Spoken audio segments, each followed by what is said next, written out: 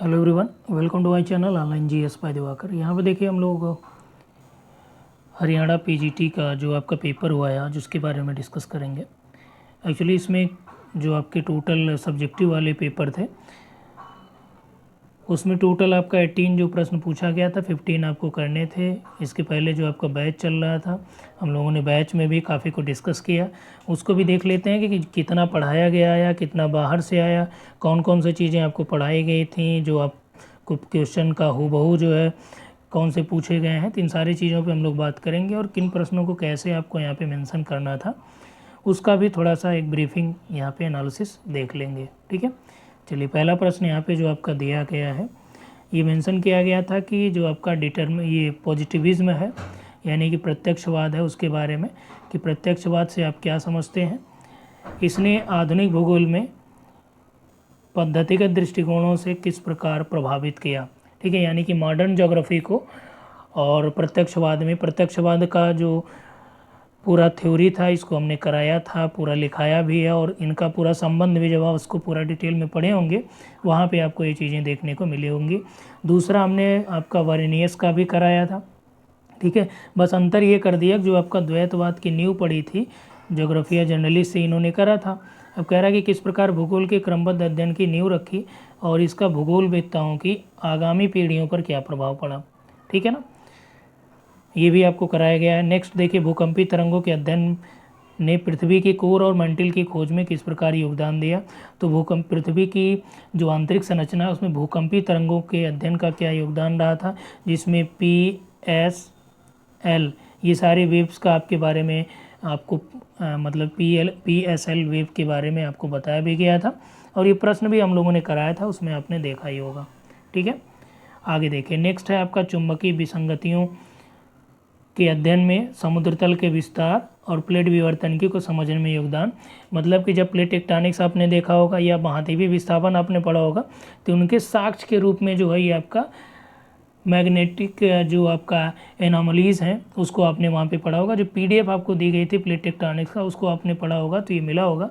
Question में हालांकि anomaly पे नहीं दिया गया था, हमने जो आपको टोटल कराया था प्लेट विवर्तनिकी का ये आपका पर्वत की उत्पत्ति से क्या संबंध है ये कराया गया था। अब देखिए क्या होता है कि हूबहू तो लाइन बाय लाइन तो प्रश्न मिलने हैं नहीं। ठीक है, हूबहू लाइन बाय लाइन मिल जाए फिर तो पेपर ही आउट हो जाए, लेकिन उससे संबंधित यहाँ पे आपका श्योर है पूछा गया, ये कराया गया सारी चीज़ें। अब देखिए, मृदा निर्माण की प्रक्रिया में हमने आपको सारा कराया था। इसमें ये पूछ रहा है कि जलवायु के द्वारा मृदा निर्माण की प्रक्रिया किस प्रकार प्रभावित होती हैं, ये आपका। ठीक है, यानी 5 प्रश्न अब तक आपने देख लिया जो कराए गए आपके। ये देखिए, सूर्य तप को और तापमान दोनों को प्रभावित करने वाले कारकों को हमने कराया था। ठीक है, वो आप यहाँ पे मेंशन कर लीजिए। इसके बाद देखिए 7 नंबर दिए, प्रवाल भित्तियों के अस्तित्व के लिए जलवायु परिवर्तन किस प्रकार से खतरा है।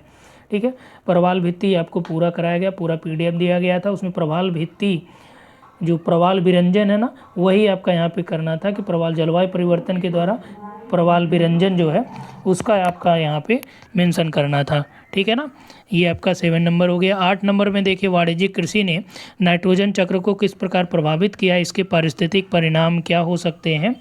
अब देखिए, नाइट्रोजन चक्र को हमने आपको कराया था, भूवैज्ञानिक जो बायो केमिकल साइकिल था ना उसका PDF आपको दिया था। क्वेश्चन इस पर नहीं कराया हूँ लेकिन PDF दिया गया था, उसमें नाइट्रोजन चक्र को भी आपका लिखने के लिए क्वेश्चन में आपका था। ठीक है, फिलहाल ये हूबहू नहीं था, फिर भी आप देख सकते हैं कि बायो केमिकल साइकिल जो है उसमें हमने नाइट्रोजन चक्र को भी मेंशन किया, ऑक्सीजन चक्र भी है वहाँ पे, ये सारा कुछ है। और NCERT का भी PDF आपको इसका दिया गया था अगर आप लोगों ने ग्रुप में देखा होगा तो। ठीक है ना, भारत की भौगोलिक स्थिति ने हिंद महासागर में एक क्षेत्रीय शक्ति के रूप में इसकी भूमिका को किस प्रकार आकार दिया। अब एक्चुअली ये वाला क्या था कि ये वाला प्रश्न आपका हूबहू कराया नहीं गया था, उसमें आपने देखा होगा पेपर में या जो आपका नोट्स दिया गया था उसमें हिंद महासागर की जो शक्तियाँ थी उसके बारे में तो डिस्कस किया गया था, तो वही आपका यहाँ पे था। लेकिन फिलहाल इसको आप क्रॉस कर लीजिए कि हूबहू नहीं आया था। तो 8 तक तो हूबहू मिल गए अभी आपके। ठीक है, चलिए आगे देखते हैं, कुछ प्रश्न बाहर से भी आएंगे, ऐसा नहीं सारे मैंने जो कराया उसी से आ जाए तो फिर तो दिक्कत क्या है। फिलहाल जितने आपको करने थे उतने आपके मिल गए हैं। ठीक है, 8 आपके मिल गए हूबहू। अरावली पर्वतमाला की भूवैज्ञानिक संरचना विश्व की सबसे प्राचीन पर्वतमालाओं में से एक है। उसके दर्जे को किस प्रकार दर्शाती है? इस प्राचीन उत्पत्ति का समर्थन में कौन से साक्ष्य हैं? मतलब ये है कि ये जो अरावली पर्वतमाला है या जो पर्वत निर्माण है उसको पर्वत निर्माण की उत्पत्ति से संबंधित सिद्धांत को यहाँ पे आपका डिफाइन करना था। ठीक है, अगर आपने वहाँ पे देखा होगा तो भारत की जो भूवैज्ञानिक संरचना है इस पे प्रश्न आपसे कराए गए थे। ठीक है, फिलहाल इसको भी आप हटा सकते हैं, कोई दिक्कत नहीं है। ठीक है, कुछ एस्पेक्ट्स इसके जो आपके हैं एक्स्ट्रा पूछे गए थे। 11 नंबर देखिए, यहाँ पे आपका मध्य भारत में कह रहा है कि प्रमुख नदियों के उद्गम में अमरकंटक की पठार की भूमिका क्या है तथा पठार की स्थलाकृति इन नदियों के अपवाह प्रतिरूप को किस प्रकार प्रभावित करती है। अपवाह प्रतिरूप जो है ये उसको प्रभावित करने वाले कारक और उसको परिभाषा दोनों आपको क्वेश्चन में दिए गए थे। ठीक है, जो प्रैक्टिस सेट था। इसके अलावा इसका पूरा PDF आपको मिला था। ठीक है, अगर आपने वो पढ़ा होगा तो कर लिया होगा, कोई बात नहीं। पूरा सिलेबस आपका कंप्लीट हम लोगों ने करा था। यदि हम लोग 11 नंबर को भी हटा दें तो भी आप देखिए कितने, अभी 8 आपके हो गए थे ना। ठीक है, 8-9 हो चुके थे, आई थिंक 9 प्रश्न आपका जो मिल गया था। ठीक है, ये देखिए ये भी आपका मैंने कराया है। भारत में जो आपका जलवायु था उसमें पश्चिमी विक्षोभ और दक्षिण पश्चिम दोनों को, ठीक है, कराया था। जलवायु परिवर्तनशीलता ये भी आपका वहाँ पे कराया था। ये 10 नंबर आपके मिल गए जो हूबहू है। भारत में पाई जाने वाली मिट्टी ये भी आपका कराया गया है। 11 नंबर का प्रश्न हो गया। ठीक है, मैंग्रोव वनों का, तो वन और वनस्पति का जो आवरण था उसमें आपने PDF में पढ़ा होगा। ये आपका मैंग्रोव वन है। कह रहा है कि इनके अनोखे अनुकूलन के कारण ये तटीय लवणीय वातावरण में क्यों पाए जाते हैं? क्योंकि इनकी जो जड़ें या इनका जो बनावट होती है वो उन्हीं प्रकार की मिट्टी और जल के लिए होता है। ठीक है, इसीलिए वो क्या करते हैं, इनसे अनुकूलित हो जाते हैं। नहीं तो वो हर जगह पाए जाते हैं जो आपके मैंग्रोव है, केवल आपका जो सैलाइन वाटर वहीं पे पाए जाते हैं क्योंकि उनका उसी तरह से बनावट है। ठीक है, तो आई थिंक ये टोटल आपके 12 ऑलमोस्ट हो गए हैं। वन्य जीव संरक्षण अधिनियम 1972 की क्या विशेषताएं रही हैं? तो वन्य और वन्य संरक्षण की विशेषताएं तो आपको कराई गई थी। ठीक है, 1972 का आई थिंक शायद PDF हमने नहीं दे रखा है। ठीक है, तो उसको आप हटा सकते हैं या आपको याद हो तो कर सकते हैं। देखिए, मानसून के महीने के दौरान भारत में शहरी क्षेत्रों में बाढ़ का प्रमुख कारण क्या है? तो आप जानते हैं कि शहरी क्षेत्रों में मानसून के दौरान क्या होता है कि जो नदी नाले या जो नाले आपके बनाए गए उनमें सीवेज की समस्या होती है। ठीक है, अच्छे तरीके से यहाँ पे क्या होता है कि आपका प्लानिंग नहीं करी जाती, इस कारण से शहरी क्षेत्रों में ज़्यादातर बाढ़ के कारण देखने को मिलते हैं। कम मानसूनी क्षेत्रों में क्योंकि बारिश अचानक हो जाती है, उनका सीवेज क्या होता है, जाम हो जाता है। ठीक है, 15 नंबर का ए देखिए, भारत में आंतरिक प्रवास को बढ़ावा देने वाले मुख्य कारक कौन कौन से हैं? ठीक है, तो प्रवास का जो भारत में कह रहा है कि ये इंटरनल माइग्रेशन, ठीक है, प्रवास और प्रवास के कारणों को आपको कराया गया था। ये भी आपका मैंने PDF दिया था। और भारत में जो वैश्विक मानव सूचकांक था अलग अलग डेटा में भी आपको प्रोवाइड कराए गए थे। ठीक है, प्रश्न भी आपका इस पे उसमें मेंशन किया गया था डायरेक्ट, आप PDF देखिएगा। तो ये टोटल कितने हो गए? लगभग आपके 13 प्रश्न हो गए जो इसमें मिल गए। ठीक है, राष्ट्रीय जलमार्ग ये भी आपका कराया गया है, PDF भी आपको दिया गया था इसका। ठीक है, ये वाला आपका नहीं कराया गया था, विद्युत उत्पादन वाला। ठीक है, तो इसको आप कर सकते हैं कैसे? विद्युत उत्पादन और खपत में क्षेत्रीय असमानताएं हैं। ठीक है, भारत में राष्ट्रीय विद्युत ग्रिड की दक्षता को किस प्रकार ये प्रभावित करते हैं? क्योंकि अलग अलग जगहों पे जो आपका विद्युत की डिमांड है इलेक्ट्रिसिटी की अलग अलग है। ठीक है, इसीलिए वहाँ पे देखिए आप, जैसे बड़े शहरों में अलग डिमांड है, छोटे शहरों में अलग डिमांड है, तो उसको आप यहाँ पर डिफाइन करते हुए कर सकते हैं। फिलहाल कुछ प्रश्न छोड़ने भी तो हैं। ठीक है, कोई बात नहीं। भारत में मलिन बस्तियों की संख्या में वृद्धि के प्राथमिक कारण ये भी आपका मलिन बस्तियां भी कराए गए और शहरी प्रदूषण, वायु प्रदूषण वाला भी आपको कराया गया है। ठीक है, ये देखिए ये भी हमने कराया है, खाद्य सुरक्षा वाला पूरा हूबहू आपका कराया गया है। ठीक है, ये वाला आपका नहीं हुआ है। भारत में निर्यात पर आधारित विविधता लाने वाले तथा व्यापार संतुलन में सुधार लाने के लिए हाल के समय में कौन सी रणनीतियाँ क्रियान्वित करी गई हैं? तो ये आपका करंट से डाटा था, इसको आई थिंक नहीं कराया गया है। ठीक है ना, ये आपका हुआ है। तो अगर आप यहाँ पे किए होंगे तो कम से कम 12 से 13 प्रश्न तो आपके हूबहू मिल गए हैं। हूबहू का मतलब ऑलमोस्ट जो कराए गए थे। ठीक है, अब 15 आपको करने थे तो 2-3 आप इधर उधर करके कर सकते हैं वहाँ पे, क्योंकि बहुत टफ नहीं था।